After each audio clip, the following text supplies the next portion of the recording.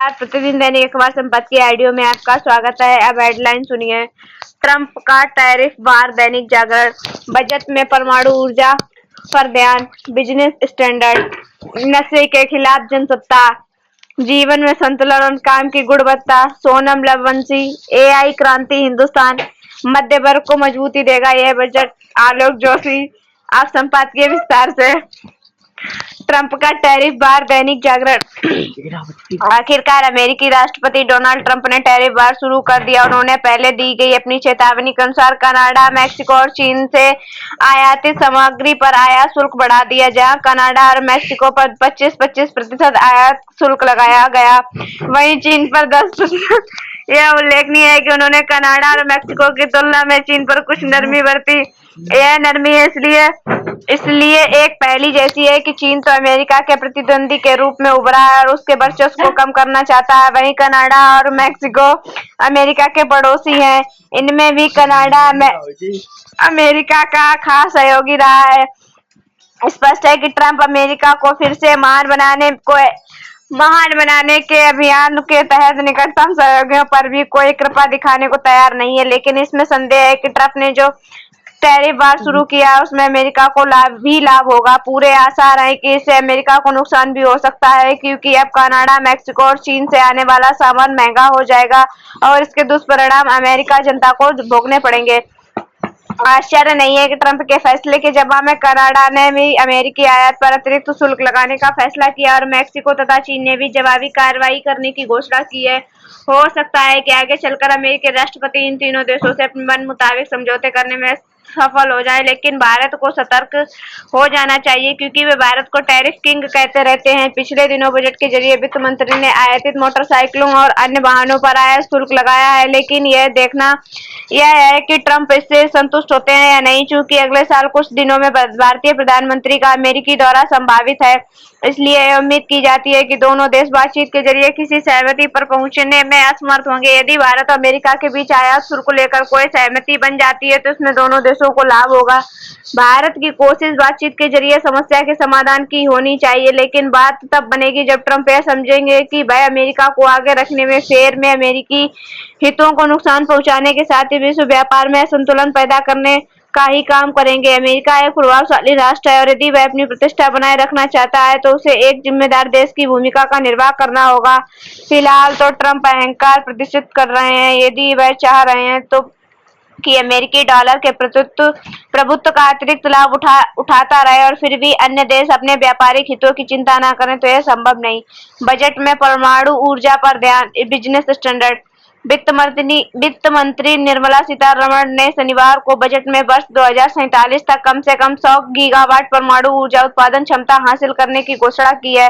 वित्त मंत्री ने बजट भाषण में कहा कि देश में स्वच्छ ऊर्जा की तरफ कदम बढ़ाने के लिए यह आवश्यक है कि यह लक्ष्य हासिल करने के लिए परमाणु ऊर्जा मिशन के नाम से एक खास पहल की जाएगी, जिसके लिए सरकार 20,000 करोड़ रुपए का प्रावधान करेगी। देर से ही सही, मगर सरकार ने यह महसूस किया कि जलवायु परिवर्तन की चुनौतियों से निपटने के लिए देश के ऊर्जा स्रोतों में तत्काल विविधता लाने की जरूरत है। शहरीकरण की प्रक्रिया तेज होने, ग्रामीण क्षेत्रों में विद्युतीकरण की गति पकड़ने और गर्मी में तापमान अत्यधिक बढ़ने से पिछले एक दशक के पहले दौरान देश में बिजली की मांग खासी बढ़ गई है। फिलहाल देश में बिजली की कुल मांग का 79% हिस्सा जीवाश्म ईंधन से आ रहा है। ऊर्जा के दूसरे वैकल्पिक स्रोतों जैसे सौर और पवन ऊर्जा की राह में तकनीकी एवं मूल नीतियों से जुड़ी बाधाएं सामने आ रही हैं। बजट में घोषित इस मिशन के अंतर्गत 2033 तक 5 छोटे आकार में मॉड्यूलर रिएक्टर SMR का परिचालन शुरू करने का लक्ष्य तय किया गया है। यह सभी उच्च क्षमता वाले रिएक्टर होंगे जिनकी बिजली उत्पादन क्षमता 300 मेगावाट प्रति तिहाई होगी। पिछले महीने अमेरिका ने भाभा परमाणु अनुसंधान केंद्र इंदिरा गांधी परमाणु संस्थान के related Indian rare earth limited पर लगी पाबंदियां हटा दी थी। भारत अमेरिका के इस कदम का तेजी से लाभ उठाना चाहता है। SMR तकनीकी अपेक्षाकृत नई जरूर है, मगर छोटे मगर भारत छोटे रिएक्टर तैयार करने और उनका परिचालन करने में अपनी क्षमता की बखूबी नुमाइश कर चुका है। देश में स्थानीय स्तर पर तैयार एवं परिचालन करने वाले 22 परमाणु रिएक्टरों में से ज्यादातर की क्षमता रेटिंग 2020 मेगावाट है। भारत को परमाणु ऊर्जा में संचालित अपनी पनडुब्बी के लिए 85 MW संयंत्र तैयार करने का भी अनुभव है। परमाणु ऊर्जा विभाग के अंतर्गत डिजाइन टीम एक मॉड्यूलर संयंत्र प्रक्रिया में देश के इस अनुभव का लाभ उठाने में जुटा हुआ है।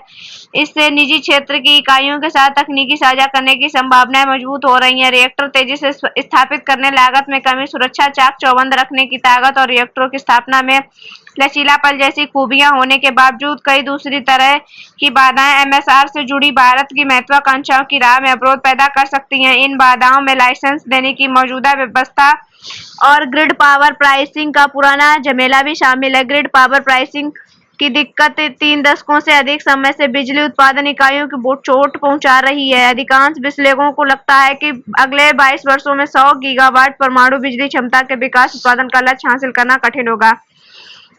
नशे के खिलाफ जनसत्ता। भारत युवाओं का देश है, मगर जब बुनियाद ही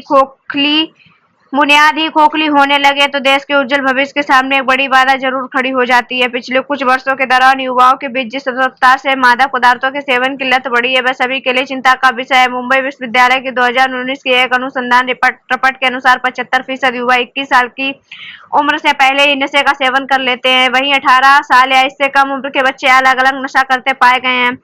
बीते 5 वर्षों में यह आंकड़ा बढ़ा ही है। यह छिपा नहीं है कि किशोरों और युवाओं तक मादक पदार्थ किस तरह और किनके माध्यम से पहुंचते हैं। इसके बावजूद न तो नशे के सौदागर के खिलाफ व्यापक स्तर पर कार्रवाई होती है, न ही युवाओं के नशे के जाल से निकलने के लिए कोई ठोस उपाय किए जाते हैं। यहाँ तक कि सामाजिक और राजनीतिक संगठन भी आमतौर पर इसे आंदोलन का मुद्दा नहीं बनाते हैं। मगर हिमाचल प्रदेश में कुल्लू के यानी विधानसभा क्षेत्र में नशे से अधिक सेवन से एक युवक की मौत के बाद नागरिकों ने सड़क पर उतरकर और जन आक्रोश रैली निकालकर पूरे देश के भविष्य के लिए एक सकारात्मक और उम्मीदों से भरा संदेश दिया है। भारत के कई राज्यों, खासकर उत्तर भारत में बड़ी संख्या में युवा नशे की गिरफ्त में। ज्यादातर ऐसे युवक अपने स्वास्थ्य से तो खिलवाड़ करते ही हैं, वहीं गलत संगत में पड़कर कभी कभी अपराध भी कर बैठते हैं। अत्यधिक नशा हर दिन उन्हें मौत के करीब ले जाता है। उन्हें नशीले पदार्थ उपलब्ध न हो, यह सुनिश्चित करने की जवाबदेही किसकी है? कभी कभी कुछ मात्रा में मादक पदार्थों की जब्ती होने की खबर आती है, लेकिन उसके सौदागर गिरफ्त में क्यों नहीं आते? नतीजा यह है कि मादक पदार्थों को खरीदने और बेचने का धंधा बदस्तूर चलता रहता है। इसलिए कुल्लू में लुहरी बाजार में उठी आवाज को ध्यान से सुनने और इस आक्रोश को समझने का यही वक्त है। इसलिए इसमें महिलाएं बड़ी भूमिका निभा सकती हैं। नशे के विरुद्ध इस तरह के जन जागरण से ही देश के भविष्य को बचाया जा सकता है। जीवन में संतुलन और काम की गुणवत्ता। सोनम लववंशी।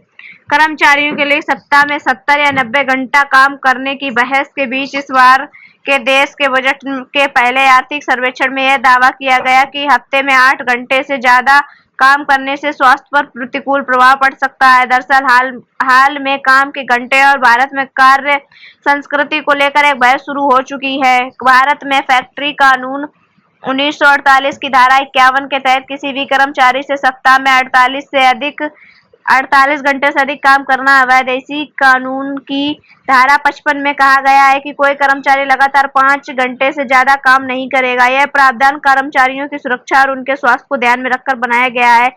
इसी कानून के तहत 5 घंटे काम के बाद 1 घंटे के विराम की व्यवस्था भी की गई है। इसके बावजूद भारत में ज्यादातर कर्मचारी सप्ताह में औसतन 48 घंटे काम करते हैं, जो कई विकसित देशों की तुलना में अधिक है। फिर भी भारत की उत्पादकता अपेक्षाकृत कम है।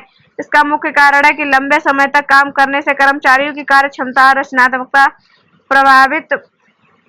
प्रभावित होती है। एआई क्रांति। हिंदुस्तान। कृत्रिम बुद्धिमत्ता के नए ऐप डीप सीक का भारत में सर्वाधिक डाउनलोड होना कतई नहीं चौंकाता। वैसे तो पूरी दुनिया में डीप सीक संबंधी मोबाइल ऐप को डाउनलोड किया जा रहा है, लेकिन भारत में सर्वाधिक लगभग 16% डाउनलोड हो चुके हैं। भारत में अत्यधिक डाउनलोड स्वाभाविक है, क्योंकि भारत आबादी के हिसाब से दुनिया में सबसे अग्रणी है। यहाँ संख्या के लिहाज से शिक्षित लोगों की संख्या भी चीन के बाद सबसे ज्यादा है। युवा बहुल भारत में कृत्रिम बुद्धिमत्ता के प्रति जिज्ञासा भी बहुत ज्यादा है। लोग नई नई तकनीकी को आजमाने या अपनाने में आगे रहते हैं। ऐसे में डीपसीक का भारत में सर्वाधिक डाउनलोड होना स्वाभाविक है।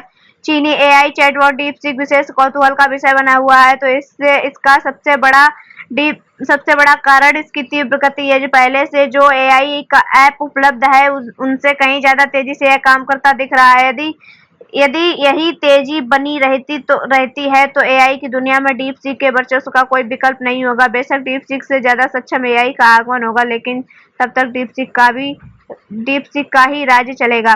बहरहाल एआई की दुनिया में आज भारत कहाँ खड़ा है? क्या हम केवल उपभोक्ता बने रहेंगे, या क्या हम यहाँ ऐसी कंपनियां नहीं है जो एआई पर विश्व स्तरीय काम कर रही हो? हम डाटा सुरक्षा की चिंता कर रहे हैं क्या दिग्गज एआई कंपनियों ने अपने डाटा को बचा पाएंगे? अपने डाटा की 100% सुरक्षा हमारे लिए संभव नहीं है और ऐसा करना भी नहीं चाहिए। हाँ, सरकार अपना गोपनीय डाटा संभाले और लोग भी अपनी गोपनीयता की रक्षा कर सके, इसका प्रबंधन पुख्ता होना चाहिए। एआई की तेज तरक्की को रोका नहीं जा सकता और एक शुद्ध सक्षम भारतीय एआई की उम्मीद हम अवश्य कर सकते हैं। मध्य वर्ग को मजबूती देगा यह बजट। आलोक जोशी, वरिष्ठ पत्रकार। यह बिहार का बजट है, यह दिल्ली वालों का बजट है, यह मध्य वर्ग का बजट है, यह समझदारी का बजट है, भारत की तरक्की का बजट है। आप इनमें से जो चाहें वह विश्लेषण इस्तेमाल कर सकते हैं, लेकिन प्रधानमंत्री नरेंद्र मोदी के शब्द उधार लें तो फिर मानना पड़ेगा कि इस बजट में देश के मध्य वर्ग पर मां लक्ष्मी की कृपा हुई है, जिससे देश के 80% आयकर दाताओं को फायदा होने का अनुमान है। बजट से पहले अनुमान लगाया जा रहा था। बहुत से खबर ने 20 पक्की जानकारी लाए थे। अर्थशास्त्रियों को लेकर इंडस्ट्री में संगठनों तक ने सिफारिश की थी, मगर तब भी सुनने वालों को यकीन नहीं हो पा रहा था। बजट भाषण की शुरुआत में जिस अंदाज में बिहार पर कृपा बरसी, उसके बाद लगा कि शायद मायूसी हाथ लगेगी, मगर इनकम टैक्स का जिक्र हुआ और वित्त मंत्री निर्मला सीतारमण ने ऐलान किया कि अगले हफ्ते डायरेक्ट टैक्स कोड संसद में रखा जाएगा। इसके बाद तो सुनने वालों को लगभग यकीन ही हो गया कि इनकम टैक्स का मामला अब बट्टे खाते में गया। फिर वित्त मंत्री ने कहा कि पर्सनल इनकम टैक्स का जिक्र वह अंत में करेंगी। कान घुमाकर पकड़ने जैसी बात है, मगर अर्थव्यवस्था ऐसे ही चलाई जाती है। इस बार के बजट में खासकर मध्य वर्ग के लिए जो इनकम टैक्स का यह ऐलान ही है। आज शायद बात अटपटी लगे, लेकिन कुछ साल बाद इस बजट को इस फैसले के लिए ही याद किया जाएगा। धन्यवाद।